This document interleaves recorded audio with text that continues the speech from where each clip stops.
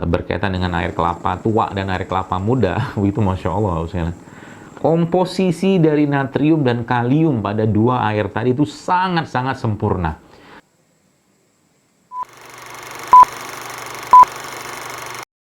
Berkaitan dengan air kelapa tua dan air kelapa muda, itu Masya Allah.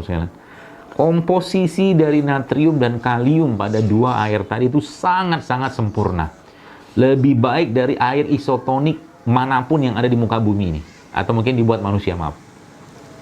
Apalagi ditambahkan dengan, ya sudah ada glukosanya, sudah ada mineralnya, ya.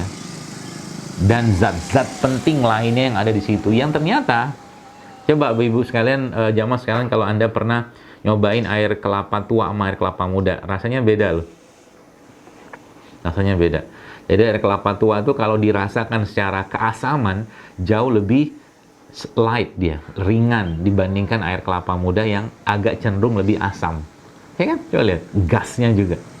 Ya ternyata emang air kelapa tua itu secara komposisinya, dia lebih tinggi asam aminonya. Saya tidak tahu di Australia apakah banyak abang-abang yang jual kelapa tua atau abang-abang yang marut kelapa, kayaknya nggak ada. Ya. Kalau di sini kan banyak nih, Ustaz Abdullah, Masya Allah. Jadi di sini tinggal kelapa tuanya, kalau kita ambil airnya gitu kan, beli air kelapa tua gitu, itu kadang-kadang nggak usah beli sama mereka. Kasih aja sama dia, Masya Allah. Dan daging kelapanya itu adalah lemak yang kalau kita kenal sebagai santan yang bermanfaat untuk jantung. Nah sayangnya lemak itu kan kita kita parut kan, diparut. Kemudian dicampur air sedikit ya atau tidak gitu kan, lalu dimasukkan daging ke situ, maka jadilah rendang. Tambah dengan bumbu kan. Padahal seandainya nih kalau kita minum santannya doang, Masya Allah sekalian, santan itu lemaknya sangat baik buat jantung kita. Santan ya. Jadi kalau Anda minum ya mungkin kopi-kopi atau apa gitu, sekarang beberapa sudah mulai tuh. Susunya pakai susu santan, coconut milk gitu ya. Masya Allah. Ini kan pupuk nih. Tadi kan kita bahas tentang air ya. Ini nyambung sama itunya, pupuknya gitu kan. Jadi Masya Allah ya. Itu baru bicara santannya doang gitu kan. Bicara air terbaik gitu kan. Jadi air kelapa itu dengan komposisi natriumnya yang sangat-sangat seimbang dengan kalium, bahkan kecenderungannya kaliumnya lebih tinggi. Sehingga memang air kelapa adalah air yang sangat baik untuk menurunkan tekanan darah.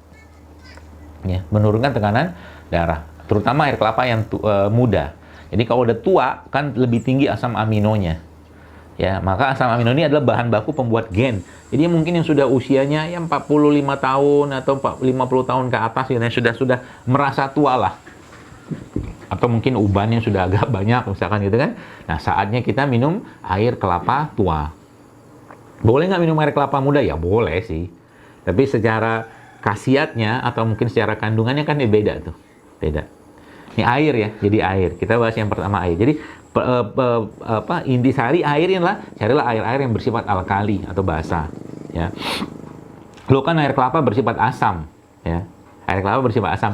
Betul, cuman air kelapa itu sudah dijadikan seimbang komposisi mineralnya oleh Allah SWT, ya. Maka kalau saya pribadi, kalau air mineral biasanya saya lebih memilih minimal pH-nya netral. Ya, kalau bisa cari yang air yang pH-nya basah atau alkali, atau dia juga mengandung yang lain-lain lah, ya, bukan air yang dibuang mineral. Itu yang pertama. Yang kedua, kalau kita bicara tentang pupuknya kan tanah tadi tuh. Jadi ini konsepnya sebenarnya kalau Anda pakai sekalian, itu Masya Allah, penyakit itu lama-lama hilang dengan sendirinya. Karena metabolismenya diperbaiki, pencernaan diperbaiki, usus diperbaiki. Kan ada kalimat yang kita pernah dengar, all disease start from the gut, bahwa penyakit itu mulai dari pencernaan. Emang iya. Makanya sebabnya dalam Islam protokol pembersihan pencernaan itu paling lengkap, yaitu apa? Yaitu puasa.